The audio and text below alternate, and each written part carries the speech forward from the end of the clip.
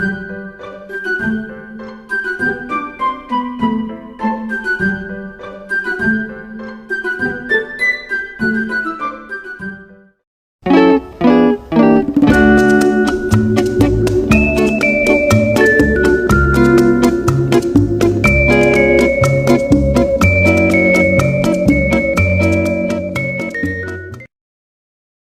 teman-teman, hari ini aku Dina Novita dan rekanku. Aku Alia Nurbaitila. Kali ini kita akan mengeksplorasi perpustakaan Kota Samarinda. Untuk alamat perpustakaan ini ada di Jalan Kesuma Bangsa nomor 1, Kelurahan Bugis, Kecamatan Samarinda Kota, Kota Samarinda. Dan jam operasionalnya mulai dari hari Senin sampai Kamis dari jam 8 pagi sampai jam 8 malam. Lalu hari Jumat itu dari jam 8 pagi sampai jam 3 sore. Hari Sabtu dari jam 8 pagi sampai jam 1 siang. Untuk hari Minggu dan libur nasional, perpustakaan ini tidak beroperasional. Nah, sebelum kita lihat-lihat fasilitasnya, aku mau cerita sedikit nih soal sejarah berdirinya perpustakaan Kota Samarinda ini.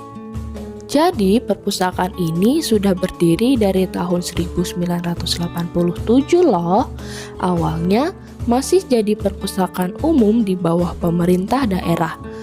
Lalu, di tahun 1994, perpustakaan ini resmi terdaftar di Departemen Dalam Negeri.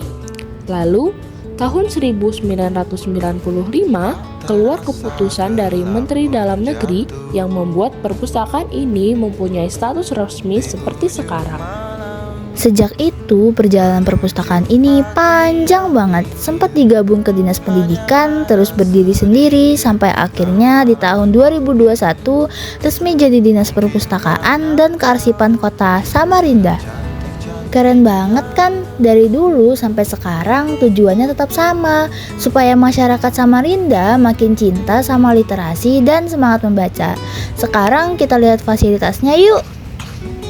Begitu masuk, suasananya langsung adem dan nyaman banget.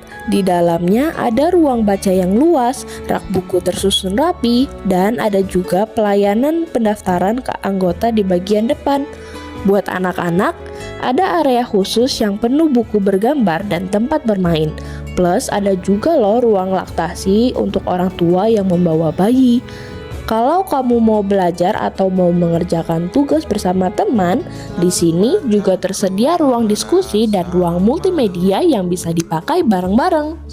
Lalu di sini juga ada ruang literasi ramah disabilitas. Ruangan ini dibuat biar semua orang termasuk teman-teman penyandang disabilitas bisa nyaman membaca dan belajar di perpustakaan.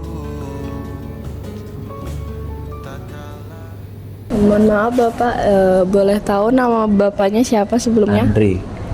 Dengan Bapak Andri, kira-kira fasilitas apa aja yang paling sering dipakai sama pengunjung di sini, Pak?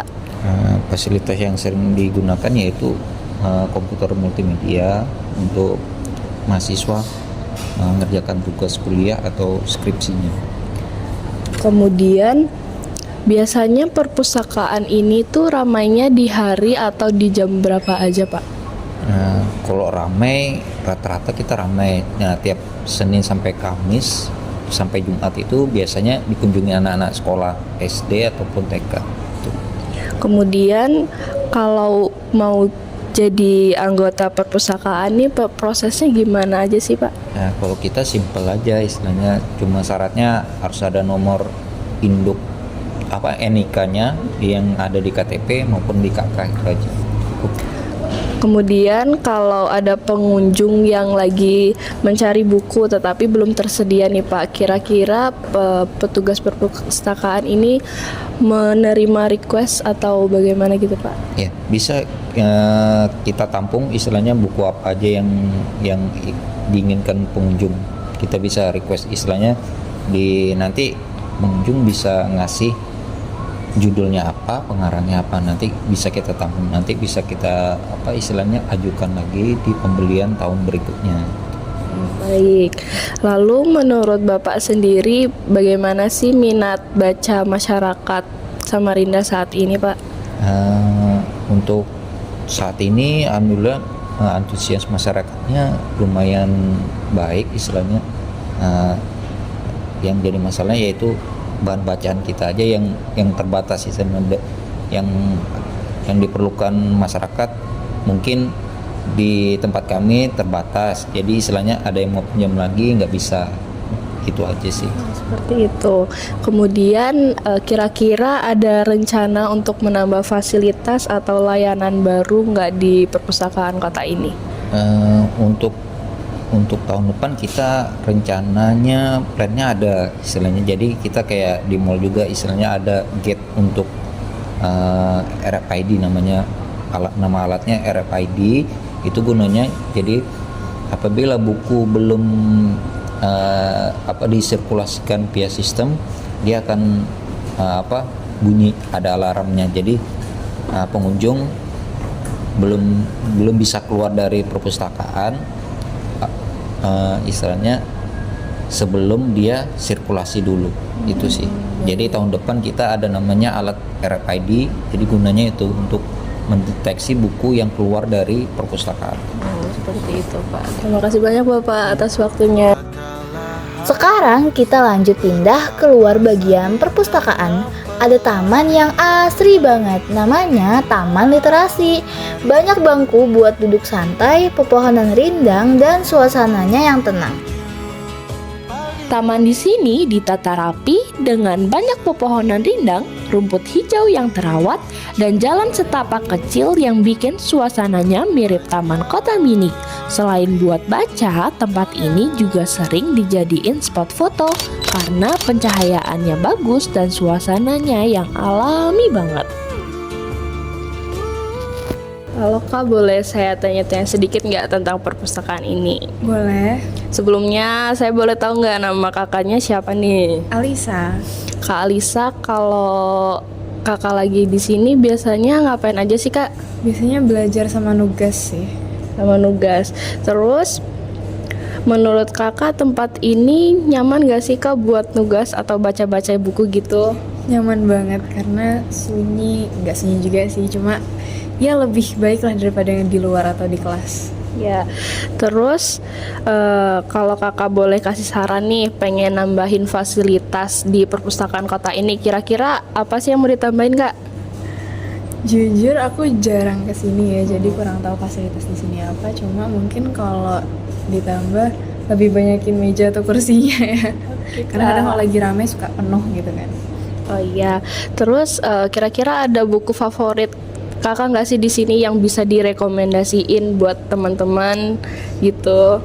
Karena aku pembaca novel fiksi tapi baca literatur juga, aku saranin Bumi Manusia dari Pramudia Anantatur. Terima kasih banyak Kak waktunya. Terus kita bahas koleksi bukunya ya. Buku di sini tuh lengkap banget, mulai dari novel, buku sejarah, sampai referensi kuliah juga ada. Buat anak-anak dan remaja juga ada buku cerita dan komik edukatif. Di perpustakaan ini juga ada ruang referensi loh. Isinya buku-buku khusus seperti ensiklopedia, kamus, sama buku penelitian.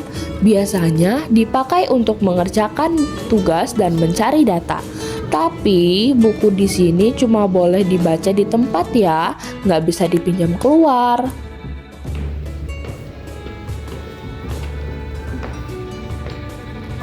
Di lantai 2 perpustakaan kota ini juga ada koleksi foto-foto bersejarah loh.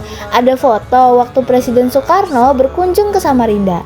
Terus juga foto pelantikan Gubernur Kalimantan Timur yang pertama. Bahkan ada foto Bapak Muhammad Hatta waktu meninjau gedung penetasan telur. Seru banget karena dari foto-foto ini kita bisa lihat gimana sejarah Kalimantan Timur dahulu. Dan yang paling penting, kamu bisa pinjam buku gratis asal udah jadi anggota. Gampang banget kan?